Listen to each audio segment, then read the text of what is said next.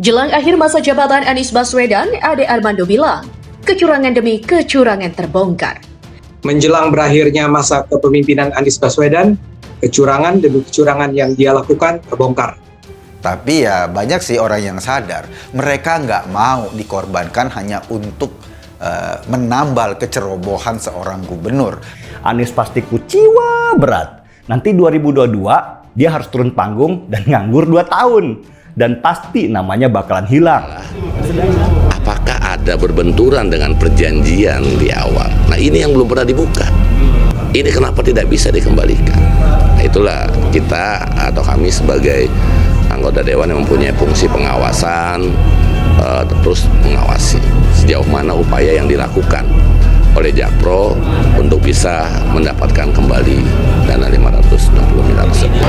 Uang yang begitu banyak dihambur-hamburkan pada saat sekarang rakyat butuh, nggak ada uang. Nggak kebayang nggak? Kemarin aja kita lagi COVID aja setengah mati. Ini hampir, kalau BPK bilang kurang dari 1 T, kalau saya lebih dari 1 T yang ini. Ada buktinya kok kalau dihitung. Jelang berakhirnya masa kepemimpinan Anies Baswedan di DKI Jakarta, Ade Armando menilai kecurangan demi kecurangan mulai terbongkar. Pada Kamis 10 Februari, Ade Armando menyampaikan pendapatnya terkait dengan program Formula E Pemprov DKI Jakarta. Ade Armando merupakan dosen Universitas Indonesia yang kerap mengkritik pemerintah, khususnya yang dikuasai oleh partai oposisi.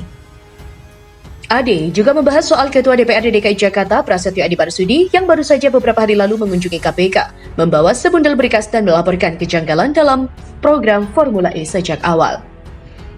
Menjelang berakhirnya masa kepemimpinan Anies Baswedan, kecurangan demi kecurangan yang dilakukan terbongkar, ujar Ade Armando dalam channel YouTube Cokro TV. Kini yang bicara adalah Ketua DPRD DKI Prasetyo Adi Marsudi.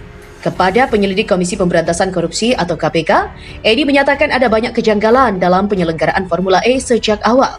Salah satunya, DKI sudah mengeluarkan uang 180 miliar untuk komitmen fee pertama sebelum pembicaraan soal anggaran rampung di DPRD.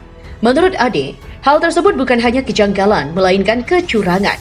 Ade menjelaskan bahwa pemerintah sebagai badan eksekutif tidak boleh membelanjakan uang sebelum anggaran dibahas tuntas bersama Dewan Perwakilan Rakyat sebagai legislatif. Itu curang.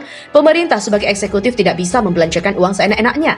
Pemerintah harus membuat perencanaan program beserta perencanaan anggarannya dulu untuk kemudian dibicarakan dengan DPR atau DPRD. Disitulah prinsip check and balance berlaku.